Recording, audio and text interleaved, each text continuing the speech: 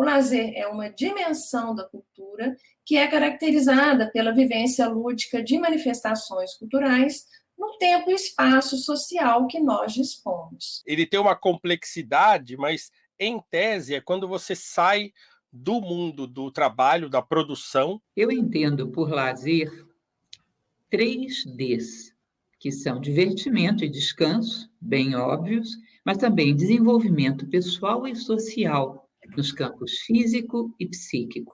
Trata-se de uma expressão genuína da vida, que valoriza a gratuidade das relações humanas, a plenitude da existência. Cada vez mais, o lazer vai passar longe de ser considerado supérfluo e ele está sendo cada vez mais tratado como primordial, como um bem necessário, como algo fundamental. O lazer é valorizado, mas também pode ser considerado uma perda de tempo, algo improdutivo, supérfluo e até mesmo dispensável. Na sociedade moderna, né, uma sobrevalorização do trabalho. Né? O trabalho é visto como virtude. O tempo que nós dedicamos a nós mesmos, né? O tempo dedicado ao ócio, o tempo dedicado a atividades que não sejam produtivas sob a ótica do capital, podem trazer desconforto a algumas pessoas. Eu acredito, né, que muitas pessoas se sintam constrangidas ainda, né, no usufruto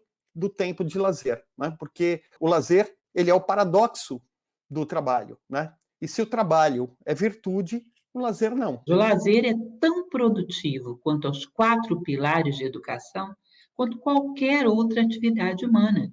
Existem práticas de lazer que são consumistas e alienantes, e elas são muito divulgadas pela mídia. E como o lazer é construído social e culturalmente, nós não podemos perder esses aspectos de vista. O lazer, ele é ligado à autossatisfação, né? Se nós formos ao mundo latino, nós vamos ver que existiam 2 palavras, o ótium e o negótium. O ótium, dedicar-se às coisas da alma. O negótium, dedicar-se às coisas da sobrevivência, às coisas do mundo material. E ambos eram necessários. Dentro dessa tradição, acreditava-se que o descanso não tem a ver apenas com o não fazer nada, mas também com a variação da atividade. A variação da atividade recicla, traz criatividade, traz lucidez, traz capacidade de enfrentar a vida sempre com o mesmo estímulo e com a mesma motivação. A própria palavra lazer vem do latim litere, que significa aquilo que é lícito, que é permitido. Ou seja, o lícito é o que está dentro da lex, da lei. Existe uma lei da natureza que prevê as necessidades humanas. E uma delas, sem sombra de dúvidas, é o lazer.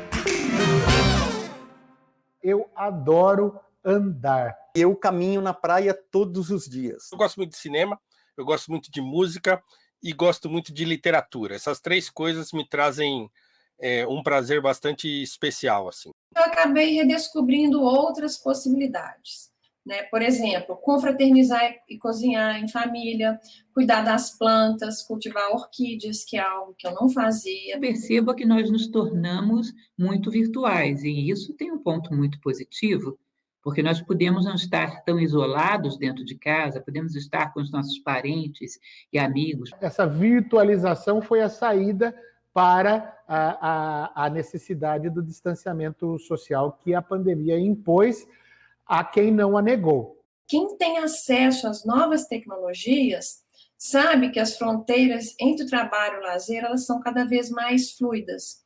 Nós não podemos esquecer também que há um desequilíbrio nessa relação. O que a minha realidade mais imediata acaba me mostrando é o que o trabalho e as obrigações é que invadem o lazer com muito mais força, e não o contrário. Nós temos que considerar, e para mim isso é uma evidência tão comentada ao longo da história, que a maior fonte de lazer é estarmos uns com os outros. Por mais desenvolvido que o virtual esteja, o virtual não tem cheiro, o virtual não tem gosto. Então a gente carece de estímulo dos nossos sentidos. A convivência ela tem uma fase de delícia e uma fase de inferno, como tudo no mundo. O mundo manifestado é dual. O campo virtual ele gera uma comodidade. Se você me incomoda, eu mudo o canal Eu desligo, passo para outra pessoa. E esse comodismo pode criar um hábito que, em condições normais, se torna um vício. E ainda é cedo para a gente saber como será o futuro do lazer pós-pandemia. Muita gente ainda está sofrendo muito, outras pessoas simplesmente se reencontraram e nunca mais vão sair desse ambiente, porque encontraram nisso não só uma fonte de atividade laboral, de trabalho, como também de grande prazer. Eu espero que esse hábito seja renovado no pós-pandemia, ou seja, não eliminamos o virtual com as suas vantagens, porque esse veio para ficar, mas recuperamos o presencial. Não nos viciamos numa mentalidade digital, voltamos para a analógica, que é tão humana, tão expansiva e tão necessária. O lazer inclui ambos os mundos. Eu penso que vai haver uma hibridização. Eu não consigo ver a gente se entregando à virtualidade e substituindo, mas não deixaremos a virtualidade de lado. Que tipo de lazer vai permanecer, que tipo de lazer vai desaparecer, a gente não sabe. O que eu posso dizer é que antes da pandemia, um colega meu da Universidade Federal de Minas Gerais, o Helder Isayama, coordenou uma pesquisa sobre qual a experiência de lazer mais apreciada pelas pessoas.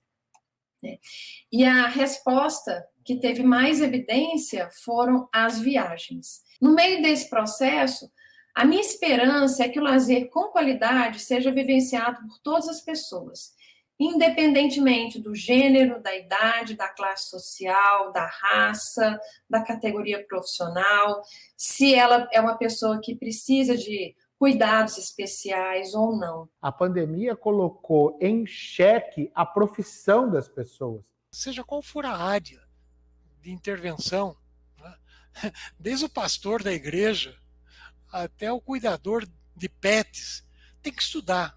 Que dirá, então, para alguém como nós, que atuamos numa área tão sensível de necessidade de antecipar desejo dos outros? O que eu diria para os meus colegas que trabalham na área do lazer, mas isso vale para qualquer categoria profissional, é que nós precisamos sair da zona de conforto. Nós precisamos, de fato, descortinar novas possibilidades para enriquecer a nossa prática profissional no dia a dia. A própria vida, ela é um palco limitado. Qualquer profissão. Não espere o palco voltar ao anterior para continuar desempenhando a sua peça. Aceite o palco que a vida te dá e dê o seu show, da melhor maneira possível. A revalorização do contato com o outro é uma coisa que a pandemia poderia nos ensinar muito, né? Eu não vejo isso com a intensidade que eu esperava ver, mas eu penso que muitas pessoas tiveram essa espécie de transformação interior mesmo, de enxergar o outro de uma maneira como não estavam enxergando mais. Existe um certo vício, uma certa fuga, uma certa alienação que se confunde com lazer. Lazer muitas vezes se confunde com uma forma de fugir da própria vida, porque a vida se tornou apática, porque não realizei os meus sonhos, porque não gosto do que faço, porque não gosto da forma como vivo. Então, eu tenho certas atividades que são uma forma de catarse. Essa coisa da privatização do prazer, né? O que importa é a minha vontade, o que importa é o meu prazer. Essas pessoas, de fato, elas têm muita dificuldade de olhar o outro como alguém que ela deve respeitar, né? E alguém que ela deva cuidar. As pessoas precisam continuar priorizando experiências de lazer com responsabilidade e altruísmo. É importante considerar todos esses ângulos que fizeram com que certos comportamentos pareçam um tipo de contrassenso e um tipo de loucura. O medo de sair também é um componente que a pandemia nos trouxe. O que nós vamos ter que fazer, muito certamente, é aprender a conviver com o medo, sem que ele nos paralise. Existe um engano em achar que o medo necessariamente está diante de nós, dizendo não vá. O medo pode estar atrás de nós, dizendo vá com cuidado. Pensar em si é pensar no outro também. Fazendo isso, a gente sabe que esse todo acaba surtindo os impactos positivos das nossas escolhas quando elas respeitam esses princípios. Se nós considerarmos que viemos ao mundo para crescer como seres humanos, Aquilo que vamos ter que enfrentar para crescer será o novo. Se diante do novo sempre retrocedemos, não temos chance de crescer em nenhum campo da nossa vida.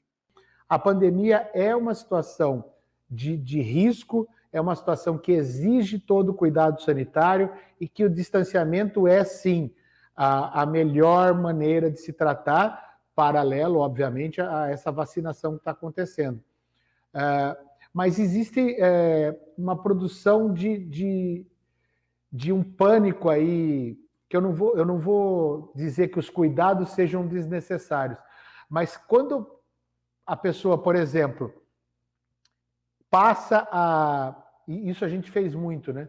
Passa a se informar de qualquer notícia correndo, sendo ela verdadeira ou não. Eu li muito lixo sobre a pandemia e que causou muito estrago no psicológico das pessoas. O medo, repito, é uma placa de atenção, não é uma placa de pare.